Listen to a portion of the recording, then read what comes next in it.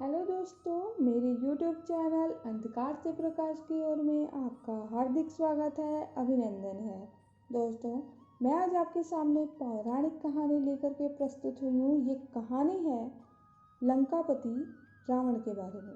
आपने लंकापति रावण की अनेक बुराइयों के बारे में सुना होगा, जो कि बहुचर्चित भी हैं, कि लंकापति रावण ने माता सीता का अपहरण किया था, उन्होंने ऐसा किया वैसा किया, धर्म विरुद्ध किया।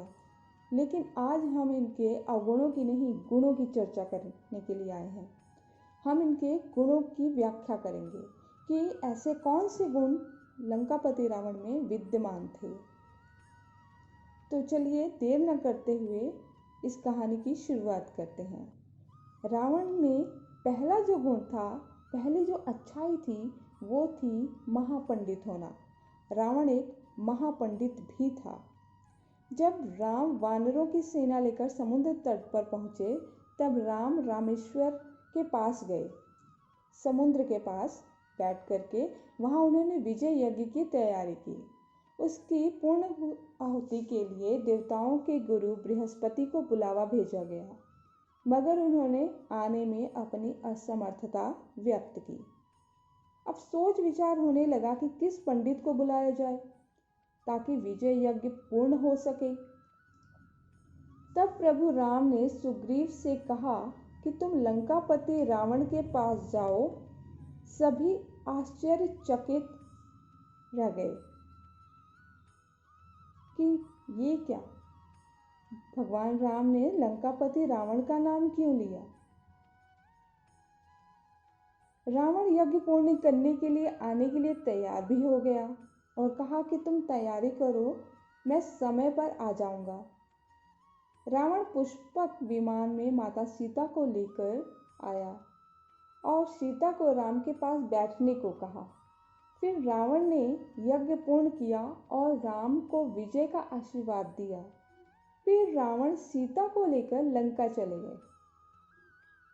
लोगों ने रावण से पूछा, आपने राम को विजय होने का आशीर्वाद क्यों दिया।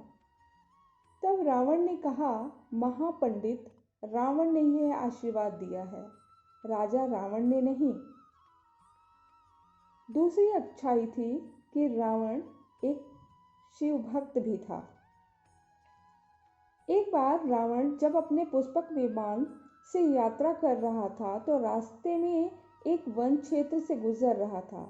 उस क्षेत्र के पहाड़ पर शिवजी ध्यान मग्न बैठे थे। शिव के गण नंदी ने रावण को रोकते हुए कहा कि इधर से गुजरना सभी के लिए निषेध है, क्योंकि भगवान तप में मग्न है। रावण को यह सुनकर क्रोध उत्पन्न हुआ। उसने अपना विमान नीचे उतारकर नंदी के समक्ष खड़े होकर नंदी का अपमान किया और फिर जिस पर्वत पर शिव विराजमान थे उसे उठाने लगा। यह देख शिव ने अपने अंगूठे से पर्वत को दबा दिया, जिस कारण रावण का हाथ भी दब गया और फिर वह शिव से प्रार्थना करने लगा कि मुझे मुक्त कर दो। इस घटना के बाद वह शिव का भक्त बन गया। तीसरी अच्छाई रावण के अंदर ये थी कि रावण एक राजनीति का ज्ञाता भी था, राजनीतिज्ञ भी था। जब रावण मृत्युशैया पर पड़ा था, तब राम ने लक्ष्मण को राजनीति का ज्ञान लेने के लिए रावण के पास भेजा। जब लक्ष्मण रावण के सिर की ओर बैठ गए, तब रावण ने कहा, सीखने के लिए सिर की तरफ नहीं, पैरों की तरफ बैठना चाहिए। ये पहली सीख है। रावण ने राजनीति के कई गुण रहस्य बताए। रावण की रचना, रावण ने शिव तांडव स्रोत की रचना करने के अलावा अन्य कई तंत्र ग्रंथों की रचना की थी। कुछ का मानना है कि लाल किताब, जो ज्योतिष का प्राचीन ग्रंथ है, रावण संहिता का ही अंश है। रावण ने यह विद्या भगवान सूर्य से सीखी थी। रावण की चौथी अच्छाई थी कि कई शास्त्रों का रचयिता भी था रावण। रावण बहुत बड़ा शिव भक्त था। उसने ही शिव की स्तुति में तांडव स्रोत लिखा था। रावण ने ही अंक प्रकाश, इंद्रजाल, कुमार तंत्र, प्राकृत कामधेनु, प्राकृत लंकेश्वर, ऋग्वेद भाष्य रावणीय नाड़ी परीक्षा आदि पुस्तकों की रचना की थी। अरुण संहिता में संस्कृत के इस मूल ग्रंथ को अक्सर लाल किताब के नाम से जाना जाता है। इसका अनुवाद कई भाषाओं में भी हो चुका है। मान्यता है कि इसका ज्ञान सूर्य के सारथी अरुण ने लंकाधिपति रावण को दिया था। यह ग्रंथ जन्म कुंडली, हस्तरेखा तथा सामुद्रिक शास्त्र का मिश्रण है। रावण के अंदर पांचवी जो अच्छाई थी वो परिजनों की रक्षा के लिए प्रतिबद्ध था। श्री राम के भाई लक्ष्मण ने रावण की बहन शूर्पणखा की नाक काट दी थी। पंचवटी में लक्ष्मण से अपमानित शूर्पणखा ने अपने भाई रावण से अपनी व्यथा सुनाई और उसके कान भरते हुए कहा कि सीता अत्यंत सुंदर है और वह तुम्हारी पत्नी बनने के सर्वथा योग्य है। तब रावण ने अपनी बहन के अपमान का बदला लेने के लिए अपने मामा मारीच के साथ मिलकर सीता अपहरण की योजना रची थी। इसके अनुसार मारीच का सोने का हिरण का रूप धारण करके राम व लक्ष्मण को वन में ले जाने और उनकी अनुपस्थिति में रावण द्वारा सीता का अपहरण करने की योजना थी। छठी अच्छाई ये थी रावण के अंदर कि माता सीता को छुआ तक नहीं था उसने। भगवान राम की अर्धांगिनी मां सीता का पंचवटी के पास लंकाधिपति रावण ने अपहरण करके 2 वर्ष तक अपनी कैद में रखा था। वहीं उसमें शिष्टाचार और ऊंचे आदर्शवादी मर्यादाएं भी थी।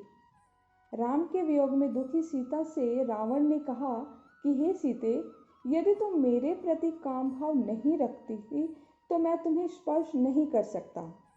शास्त्रों के अनुसार वंध्या, राजस्वला, अकामा आदि स्त्री को स्पर्श करने का निषेध है।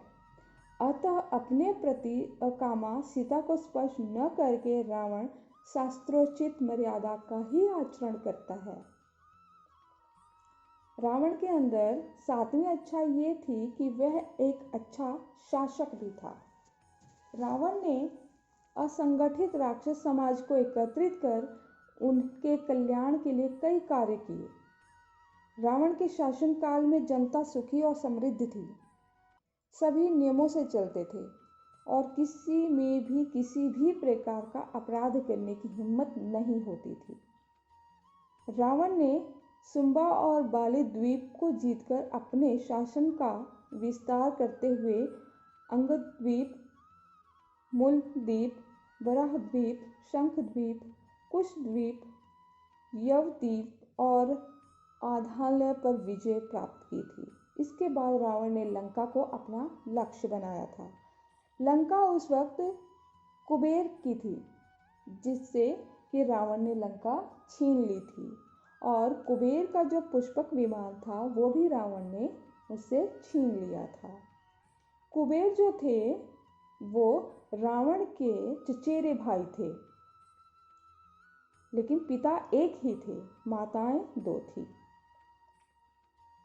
रावण के अंदर 8वीं अच्छाई जो थी वो थी रावण ने रचा था नया संप्रदाय।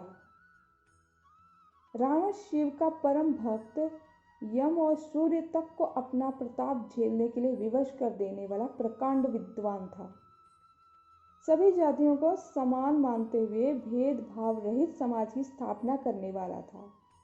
सूरों के खिलाफ असुरों की ओर था रावण ने आर्यों की भोग विलास वाली यक्ष संस्कृति से अलग सभी की रक्षा करने के लिए रक्ष संस्कृति की स्थापना की थी। यही राक्षस थे।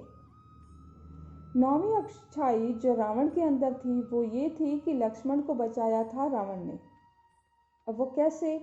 अब हम जानते हैं कि रावण के राज्य में सुषेण नाम प्रसिद्ध वैद्य थे।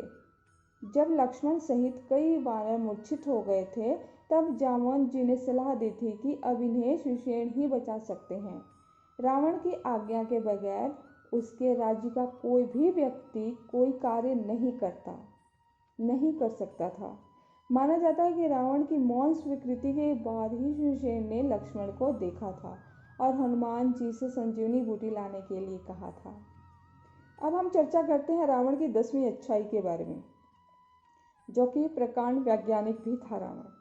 रावण अपने युग का प्रकांड पंडित ही नहीं, वैज्ञानिक भी था। आयुर्वेद, तंत्र और ज्योतिष के क्षेत्र में उसका योगदान महत्वपूर्ण है। इंद्रजाल जैसी अर्थ वेदमूलक विद्या का रावण ने ही अनुसंधान किया। उसके पास सुषेण जैसे वैद्य थे, जो देश विदेश में पाए जाने वाली जीवन रक्षक औषधियों की जानकारी स्थान, गुण, धर्म आदि के अनुसार जानते थे। रावण की आज्ञा से ही सुषेण वैद्य ने मूर्छित रावण लक्ष्मण की जान बचाई थी। ये थी रावण की अच्छाइयाँ जो उसको सबसे अलग करती हैं। तो दोस्तों, कैसी लगी आपको ये कहानी? आशा करती हूँ ये कहानी आपको बहुत अच्छी लगी होगी। अगर ये अच्छी लगी है तो अपने दोस्तों के साथ इसे शेयर करना बिल्कुल भी मत भूलिएगा। धन्यवाद।